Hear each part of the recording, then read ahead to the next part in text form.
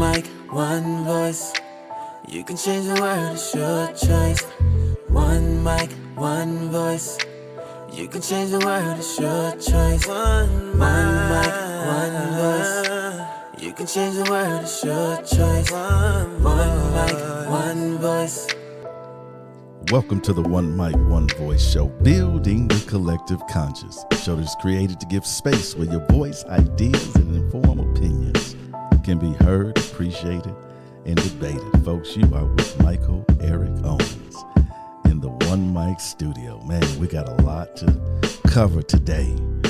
Yeah, I'm back with you. You thought I left you. You might have thought I gave up. Nah, I'm still fighting. I'm still on the front lines. Well, today, our podcast is about the big American lie, greatness, the big American lie, greatness. And let me turn my phone down here. Greatness, the big American lie. If you run from yourself, you will never know who you are. In this episode, I want to share why America continues to run from its true identity. How can America be great if it refuses to acknowledge the cries of its people? The Emmett Till Antilynching Act, John Lewis Voting Rights Advancement Act, and the George Floyd Justice and Policing Act were introduced to correct the failures of the past. Greatness admits its failures and does whatever is necessary to correct them. You see, every day people are trying to make this country better. Every day we are calling for change in our economic structure, change in policing, change at the border, change in how many minority groups are treated, change, and more change. But you see, change is a broad concept, and in many ways, this concept is intangible. It's more philosophic than specific. In many cases, change is visionary and not concrete. I can see it, but I can't feel it. Today, I'm not talking about that type of change. I'm talking about three specific pieces of touchable, visible, and realistic legislation that speaks to the core of American identity and America's original sin. Slavery was not America's original sin. It was and still is white supremacy. I want to discuss these three acts. Now, we know in reality that an act of Congress is a piece of legislation. However, I want you to pretend with me today that we are witnessing a three-play act. First to the stage, first to the American stage, is the Emmett Till Antilynching Act. So who was Emmett Till? He was born July 25th, 1941, in a place I love, Chi-Town, Chicago. He was 14 years old when he was lynched in Money, Mississippi in 1955 after being accused of offending a white woman in her family grocery store. And we know that in recent years she has recanted her story. He died August 28th, 1955. Emmett Till, this young boy, this 14-year-old boy visiting relatives, was lynched, murdered. The Emmett Till Antilynching Act. This bill establishes a new criminal civil rights violation for lynching. Specifically, a person who conspires to commit certain civil rights offenses, hate crimes, etc., is subject to criminal penalty. Now, what does lynching represent? Remember, we're talking about looking at the true American experience, true history, true character, true identity. And what does lynching, what does it mean? What does it symbolize? What is the effect of it all? Well, lynching is violent, for one. It's murder, for two. But it has a ripple effect among oppressed people. Lynching sends a message that you're next, that if you step out of line, if you do the wrong thing, if you offend anyone, if you try to reach for equality, this is what will happen to you. It is a violent act upon vulnerable people. And we can go into the history of lynching, but that's not what this is about. But this piece of legislation speaks to all of that. The intimidation, the ostracism, the fight for equality, the fight for a seat at the table. You know, we could be symbolic when we talk about lynching. In the symbolic sense, it means what? You can't sit at this table. You're not worthy to be a director, a CEO. So what happens? Out of fear of going up for that promotion, out of fear of showing your talents, out of fear of exercising your rights in the workplace, you don't. Because you've seen what happens to those who do. They're fired, they're demeaned, they're demoted. It's an act of lynching. Because at the heart of lynching is the idea that you have no value, that your life means nothing. Change, holding people accountable. Isn't that part of change? This idea? But get this. This bill is still in the first stages, but it was introduced in Congress on the 4th of January, 2021. It will be considered by committee next before it possibly is sent over to the House or the Senate. They suggest that this bill has only a 3% chance of being enacted into law. Coming to the stage is Act 2, the John Lewis Voting Rights Act. John Lewis was an American statesman and civil rights activist who served in the United States House of Representatives for Georgia's 5th Congressional District from 1987 until his death in 2020. He was also the chair of the Student Nonviolent Coordinating Committee, SNCC, from 1963 to 1966. But before we understand the John Lewis Voting Rights Act of 2021, it's important that we understand the Voting Rights Act of 1965.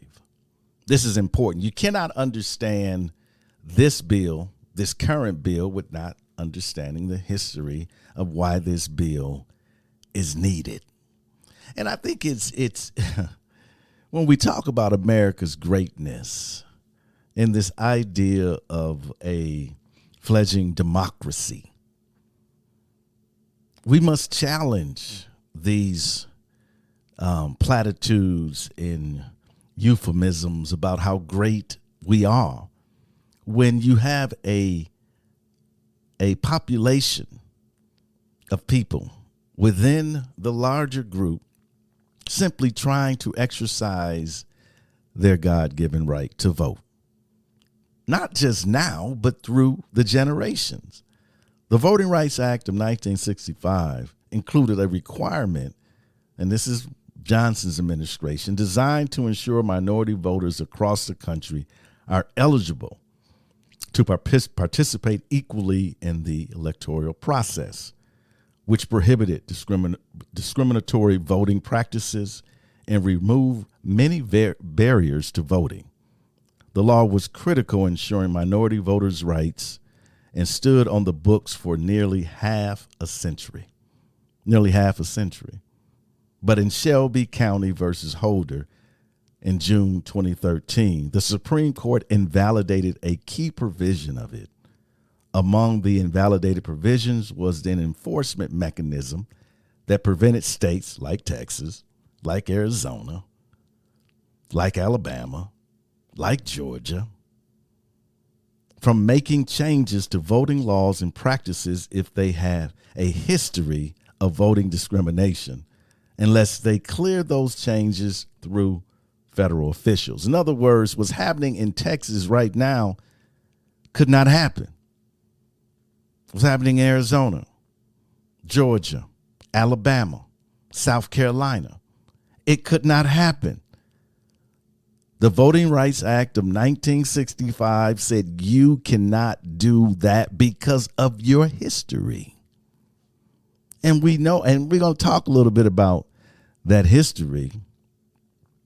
So the Supreme Court in this Shelby versus Holder ruled that the formula for deciding which states and localities have a history of voting discrimination and were therefore required to pre-approve changes in voting laws and practices were unconstitutional. Isn't the right to vote constitutional? The last time I checked, it was. This severely weakened the act. And that's what we're seeing today. That's why states have the ability to change their voting laws any way they want, because the federal oversight has been taken away. You see, so that's why we need the John Lewis Voting Rights Act. That's why. So you remember I said that America's original sin is not slavery.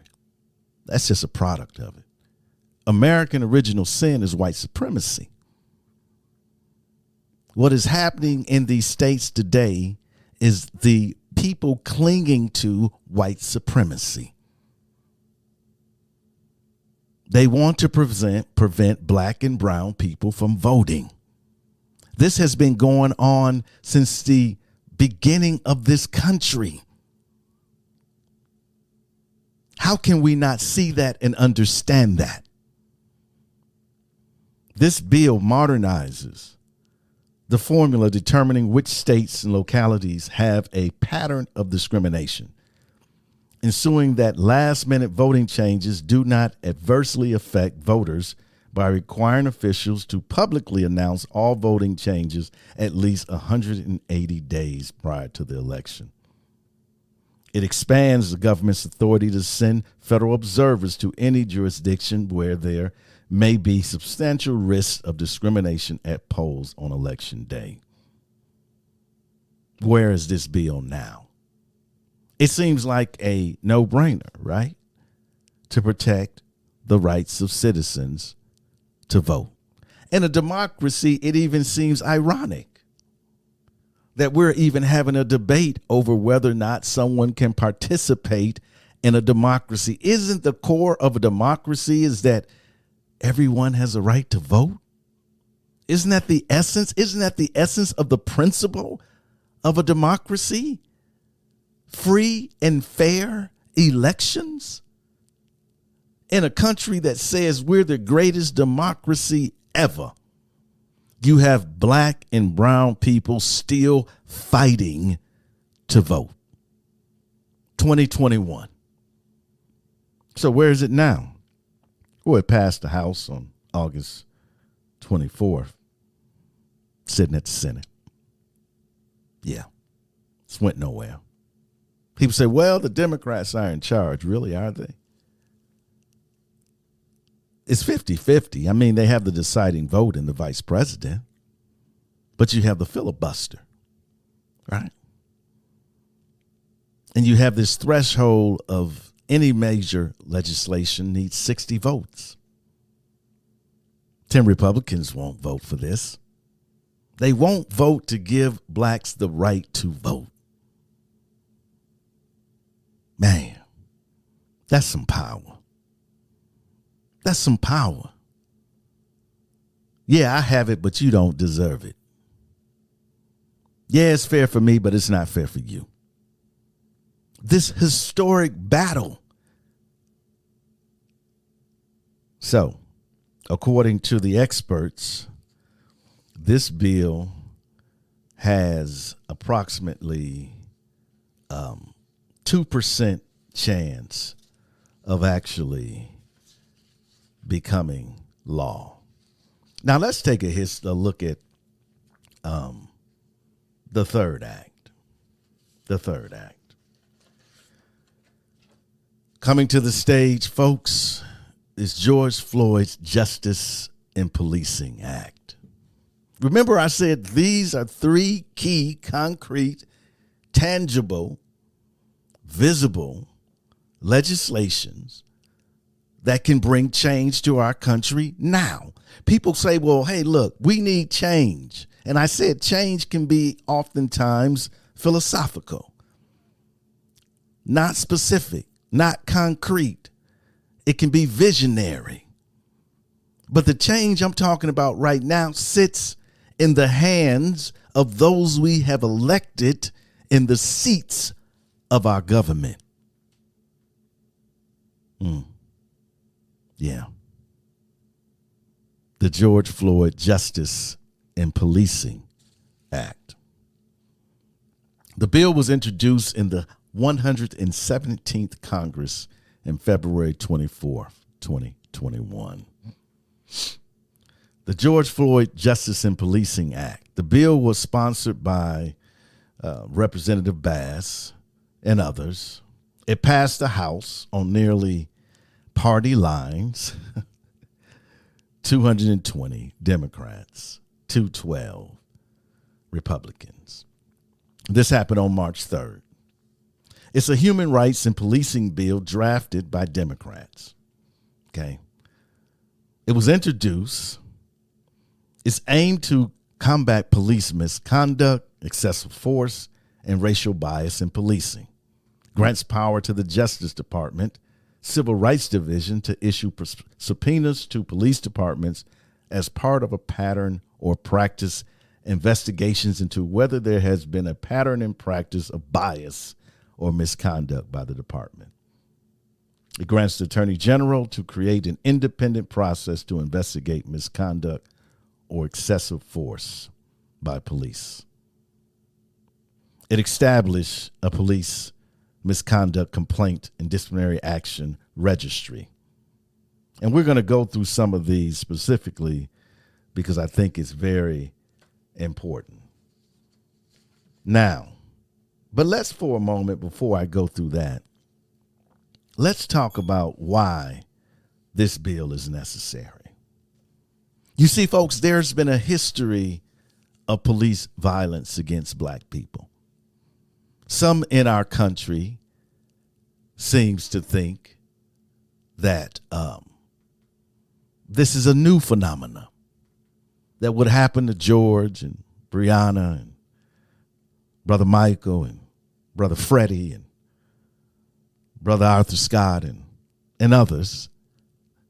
It's just a recent phenomenon that clearly this has not been happening through our existence. And if you ever want to do, you can just do a simple Google search. Police violence, historical police violence against black people.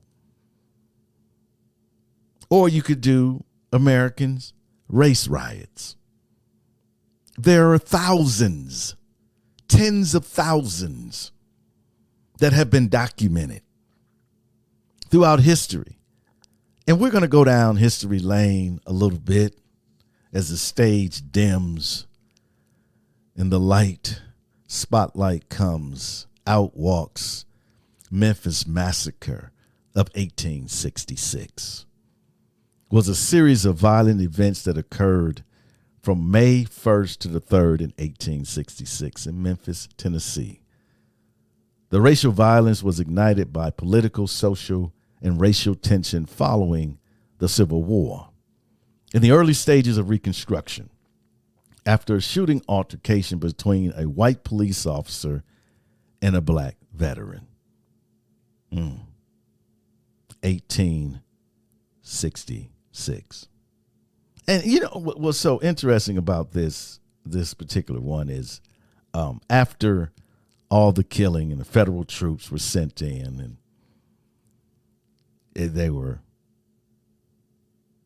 it's interesting because property was lost, lives were lost, and blacks fled the city. They said the population had fallen by 1/4 compared to 1865. 1866, 1867, the Meridian Race Riot was in Meridian, Mississippi in March 1871. It followed the arrest of a freedman. At that time, those were what they call black people that had been released from slavery. This freedman was accused of inciting riots in a downtown fire and blacks organizing for self-defense. Why would blacks need to organize for self-defense?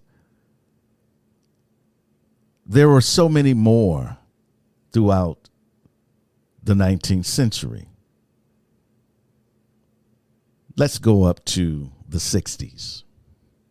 The Harlem riots of 1964 occurred between July 16th and the 22nd.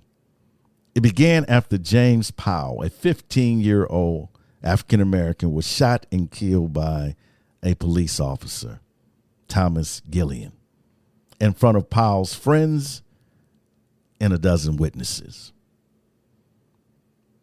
And July 24th, 1964, the police attempted to arrest an intoxicated man at the Street Block Party and dance on Joseph Avenue in the Upper Falls neighborhood of Rochester. On the 25th, 6 black organizers, including 3 clergy members, brought Mayor Lamb a list of demands. And this is what I think should be chilling to all of us to hear. They met with the mayor. They said, if you meet these demands, we will help curb the violence. These included a mayoral committee consisting of members of the black community to observe the police department. Sounds familiar? The deputizing of responsible area residents and more resources allocated to get this, folks, black businesses and workers. This was in the 60s. That could be said today. 1964. We're in 2021. And these people are calling for a citizens' council. Anytime you hear police reform, the first thing people want to do from the local level is put together a citizens panel. Folks, that's not new. This continues to plague our society each and every day. It's not new. And for us to be running around thinking that this is something that has just occurred in the modern era, we're only fooling ourselves. And we hear about Bloody Sunday. You remember that visual on TV? We all can see the black marchers going across the Edmund Pettus Bridge and those state troopers running them down with horses and beating them. And John Lewis was there. John Lewis was there. He was almost killed. We can see them. We can see the torture, the abuse, the lack of regard for human life. But prior to that, people don't understand what sparked that march. February 18th, 1965, C.T. Vivian led a march to the courthouse in Marion, the county seat of neighboring Perry County, to protest the arrest of James orange. State officials have received orders to target Vivian, and a line of Alabama troopers waited for the marchers at the Perry County Courthouse. Officials had turned off all of the nearby street lights, and state troopers rushed at the protesters, attacking them. Protester Jimmy Lee Jackson and his mother fled the scene to hide in a nearby cafe. Alabama State Trooper Fowler followed Jackson into the cafe and shot him, saying he thought the protester was trying to get his gun as they grappled. Johnson died 8 days later at Selma Good Samaritan Hospital of an infection resulting from the gunshot wound. We've heard that before. Reaching for something. He had a gun. The death of Jimmy Lee Jackson prompted civil rights leaders to bring their cause directly to, Governor George Wallace by performing a 54-mile march from Selma to the state capital of Montgomery.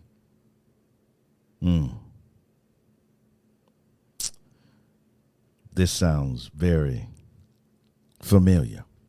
This is what prompted the march on the bridge that led to the violence that we saw. It was police violence. It was a reaction to everything that the police department continues to do today. And then we had Bloody Sunday. March 7, 1965, an estimated of almost 600 civil rights marchers headed southeast out of Selma on U.S. Highway 80. The march was led by John Lewis, followed by almost 600 protesters. The protests went according to plan until the marchers crossed the Emmett Till Bridge. Well, you know the rest of the story. That march itself was a response to police violence.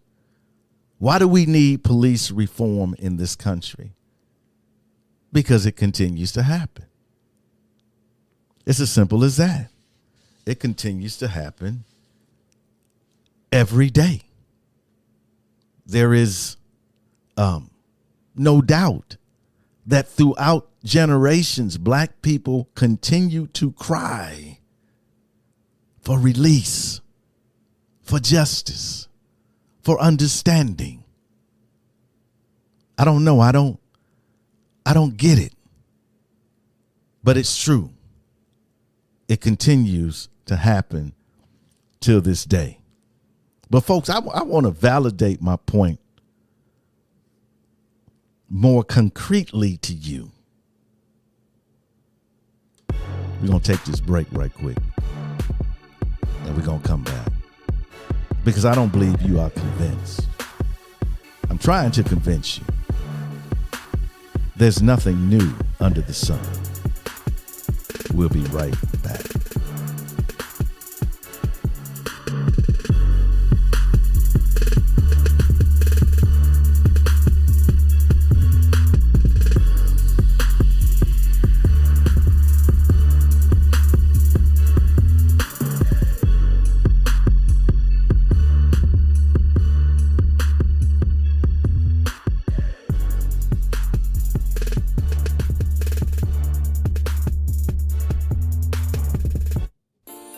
This is Michael Eric Owens, host of the One Mic, One Voice show. I want to give a shout out to all of our listeners all across the globe. Thank you for your undivided attention and for your conversation. You can catch us every Sunday on YouTube, 12:30 p.m. Central Standard Time. And you can also catch us on Podbean, Stitcher, Spotify, iTunes, on any one of those lovely, wonderful podcasting platforms you love to listen to. Please always remember, you can change the world. It's your choice.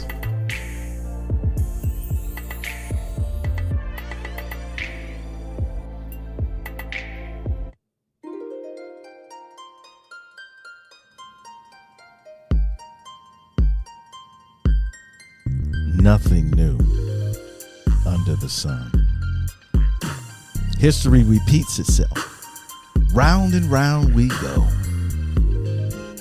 And trust me, as the saying goes, nobody knows where we are going. We're lost, but we won't change. I won't change.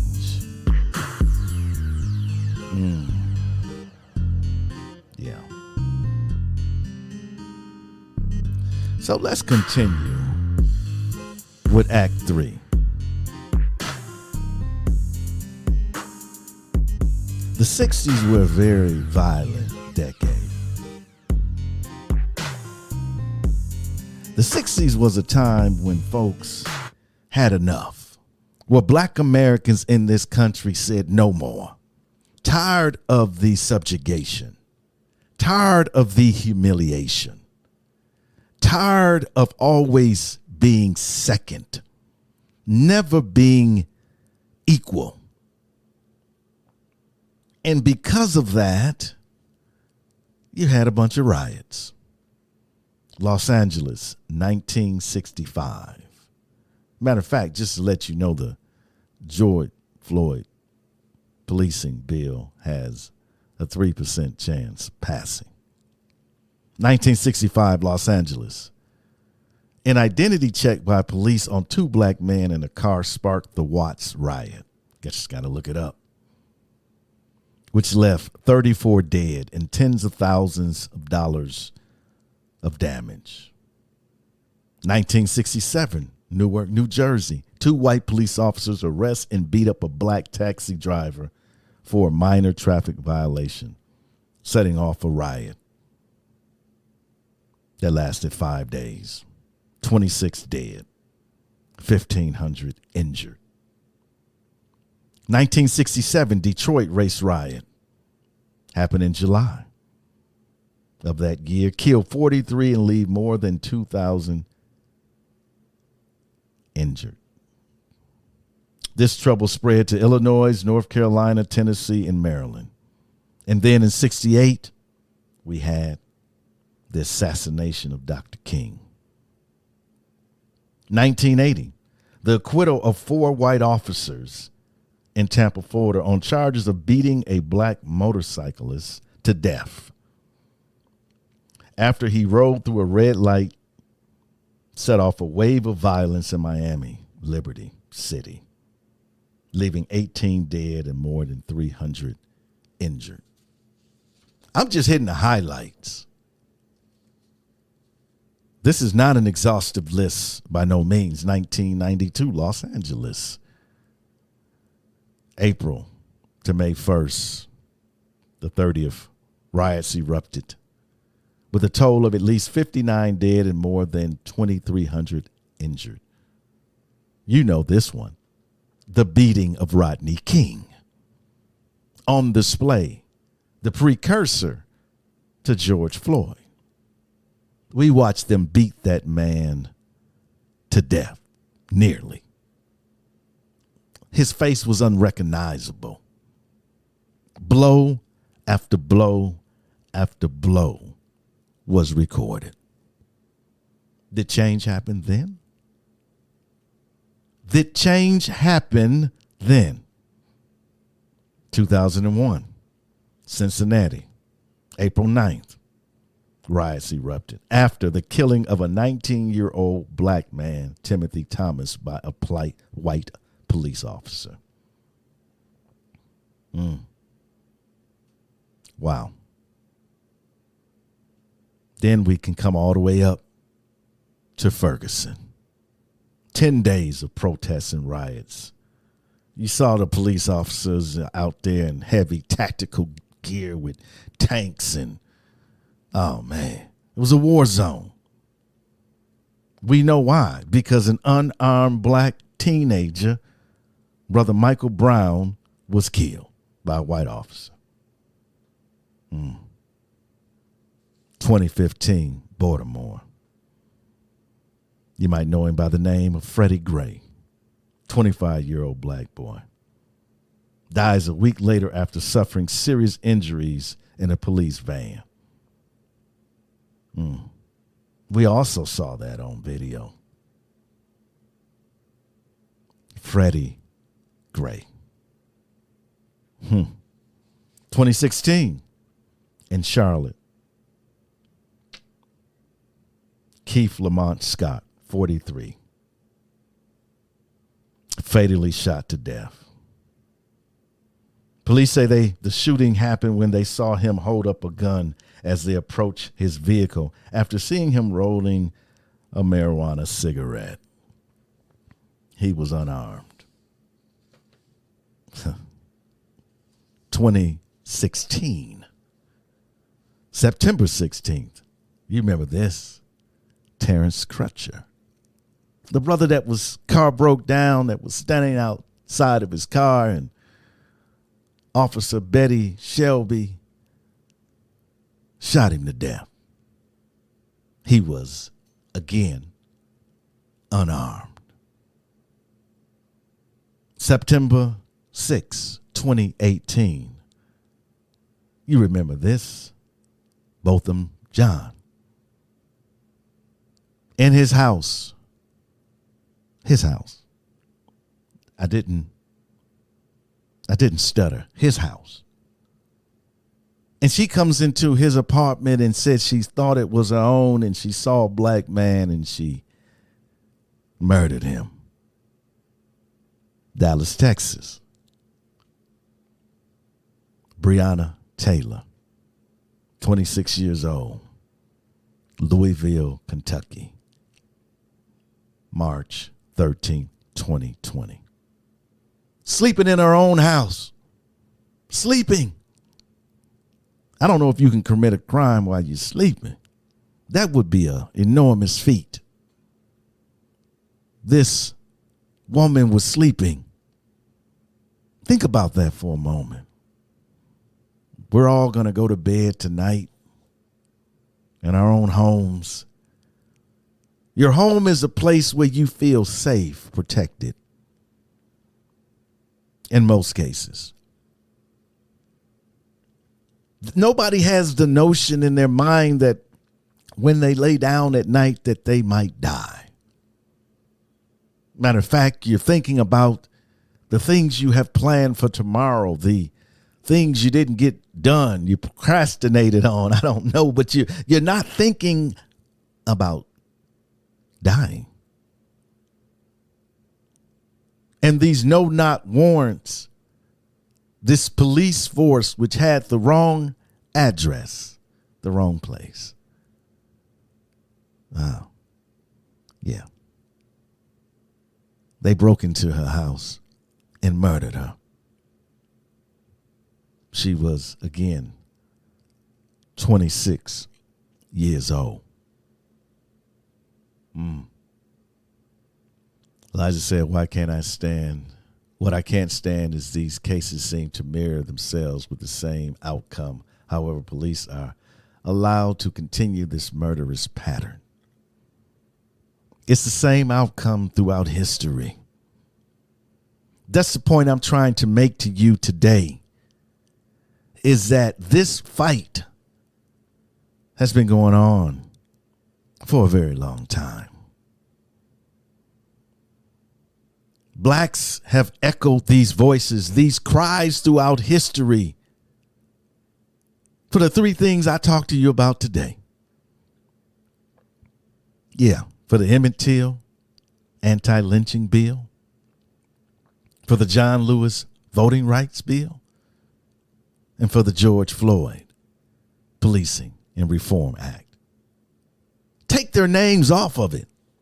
Just say anti-lynching, voting, and police reform. Isn't that the heart of what we're trying to accomplish today? But it's not new. That is the most grotesque fact about this. It is not new. How many people must go to their grave never having justice, never having peace? When will we say enough is enough?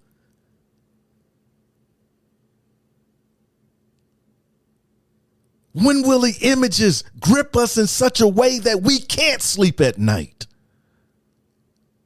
When? How many more innocent lives need to be taken? I guess for some, it doesn't matter. For others, doesn't affect me. Why don't those black people just stop complaining?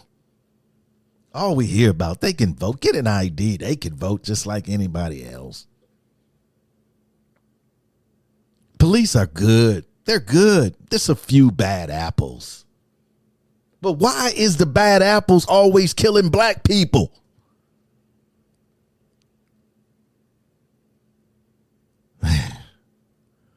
Wow. It's beyond frustrating. It really is. Because sitting there in the seats of government are laws that can bring change to these historic problems, these horrific things that have transpired. We don't have to continue it. Yet we do. Yet we do. George Floyd. Modern lynching. The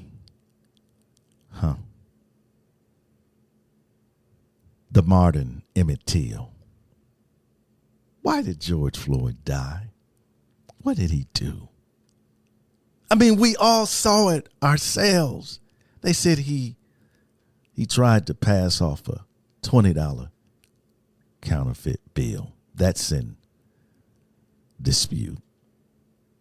But why did he die? He died because of America's original sin. Again, not slavery. White supremacy. The American DNA is filled with superior thoughts. It's filled with the idea that white is better. White beauty is better. White ingenuity is better. White individuality is better. Matter of fact, blacks are not even seen as individuals. I give you an example. I wish I had $1 for every time someone asked me, what does the black community think? Black people are 14% of the American population. How would I ever know what all of them think? Unless we're seen as a monolithic people. We all think alike. Yeah, they think we look alike.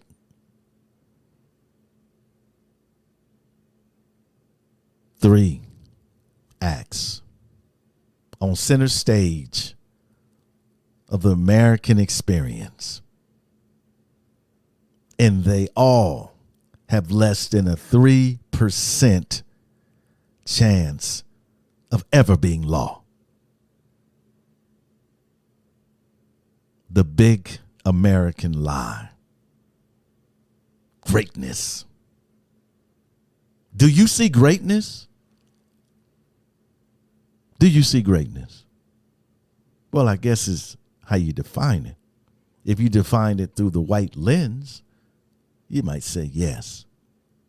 But if you define it through the mosaic lens, which we are,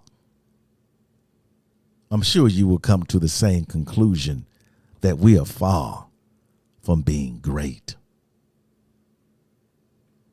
Half of the country is not even aware of these bills. They don't even know they exist. They don't even know people are fighting at the highest level to equal the playing field. They simply don't care. Doesn't affect them or their constituents are against it. So where do we go from here? Where do we go from here? Well, I would like to say, the usual thing is call your congressperson. I laugh because, man, we've been told some good lies. We have been. Man, just put pressure on them. Call them up. Man, them folks will turn that answer machine off in a heartbeat. Go down to their office and protest. Yeah, you can move them. No, you can't. Congress is broken. The American government is broken. We can't pass an infrastructure bill. Okay. We can't do anything with DACA. Can't do anything with the border. We can't do anything with police reform. I mean, correct me if I'm wrong. I want to be wrong. I want to see our leaders stand up and have some courage and some backbone. For goodness sakes, we're sitting around 70% of Republicans don't even believe that Joe Biden was elected fairly. Lisa says, I believe these bills would be priority. Lied to again. Can't even pass infrastructure. Man, they're good at telling us what they think we want to hear. The rhetoric. Man, hope. Man, if I could give you hope, if I could give you hope, I could clean your pockets. You're too busy focusing on hope and you don't see my hand in your pocket. And I'm taking everything you got. But I'm giving you the words of hope, though. We are in deep trouble. These are three critical pieces of legislation that should pass with bipartisan, overwhelming support. One is to say no longer can you treat people violently and lynch people. No longer can hate crimes take place in this country. What's wrong with that? What's wrong with that? Okay. Why can't we pass voting rights bill that everyone has access to vote? Why can't voting be a national holiday in this country, a day off? If we are a democracy, if we are the beacon of light, if we are the world's greatest democracy, why can't we make that a priority?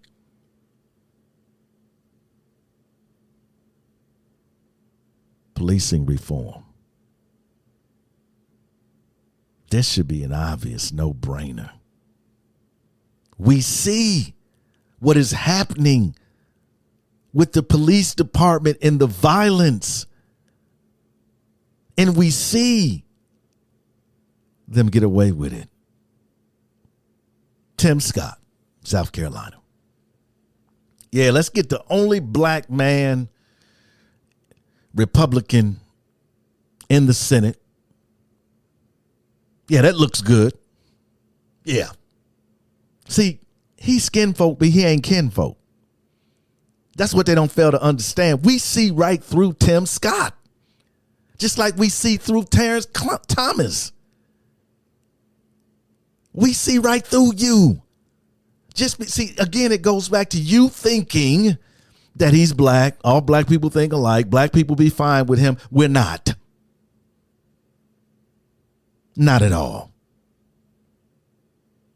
Tim Scott is he's just part of the system. His skin just happens to be a little darker. Him and Candace Owens is the same way. We see you. We're not fooled by the token. We see it on our jobs. We see it in our everyday life. When you try to bring a black person on that's going to do exactly what you want them to do. Look at these black diversity officers now that are being hired. at these white places, schools and colleges. They're hired because they will maintain the status quo. You know, it's the interview. Yeah. Hey, it's clear. But it looks good. It looks like progress. Tim Scott looks like, oh, yeah, they're going to get it done. Tim Scott said, we're going to get this thing done. When it first came out, I said it'll never get done. Why? Tim Scott. You might as well have Miss McConnell, Lindsey Graham, Ted Cruz. you might as well have George Wallace. It's not going to get done. Why? Because of white supremacy. America will never be great. We're imploding. You see, if I was Al Qaeda or ISIS, I wouldn't attack America. America's attacking itself.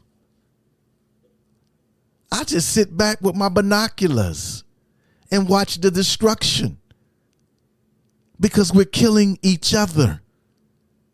There's no peace, no love, no unity. 9/11 used to be a sacred day, but what did we see? So much political fighting on 9/11. All we did was play into their hands. If we want to show the terrorists, not just foreign, but domestic, that we have greatness, then we fix our problems. We mold this nation into a nation that is respectful of all people. Men, women, and children. We don't even respect our children nowadays. We don't care if our children go to school without masks and get COVID because it's our freedom as parents. I remember when children were sacred. They were sacred. But no, we put them in harm's way for our own ego. The sickness in America is metastasized throughout our country. It's everywhere. And America will never be great until we fix our failures.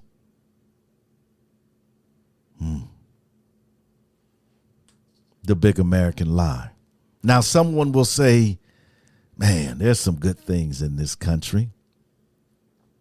Well, let me use an analogy for you. If I go to the doc and I said, Doc, I'm in bad shape. Man, my leg is killing me, Doc. It's killing me. I can't walk. I'm in constant pain. And the doc said, well, man, you were born with some really beautiful eyes. Be thankful that you got green eyes. How does that help me? It's not about what's going great. It's about the hurting, the oppressed, the left out, the abandoned, the broken, the bruised, the forgotten. That's what this is all about, folks. What should you do? I don't know. I'm honestly at the point where I don't know. I don't know what we do because we are up against people in this society that control all the levers to power. And they're simply saying no. It's not going to happen. So what do? The only thing we continue the conversation. We continue to encourage one another. We continue to believe that, the sun will shine again. We will continue to believe that we will pierce through all of this darkness. And there is a higher mark we can reach. We continue to believe, because without that, we have absolutely nothing.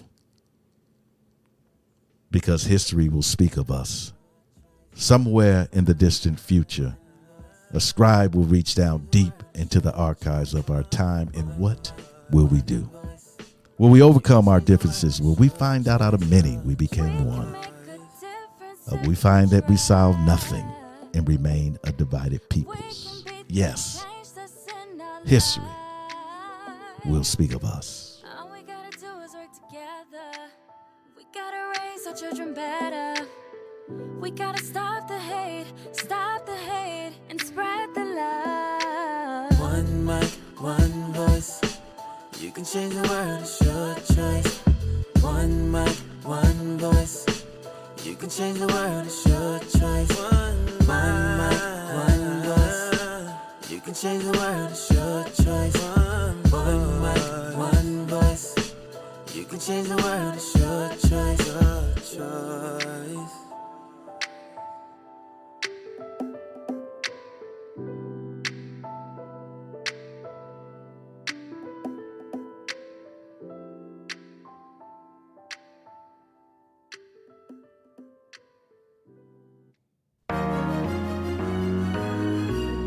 Thank you for downloading the One Mic, One Voice show.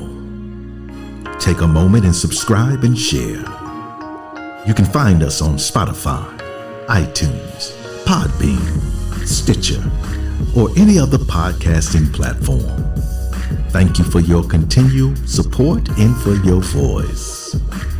You can change the world. It's your choice. The views, thoughts, and opinions expressed on the One Mic, One Voice show are not the views, thoughts, and opinions of our sponsors.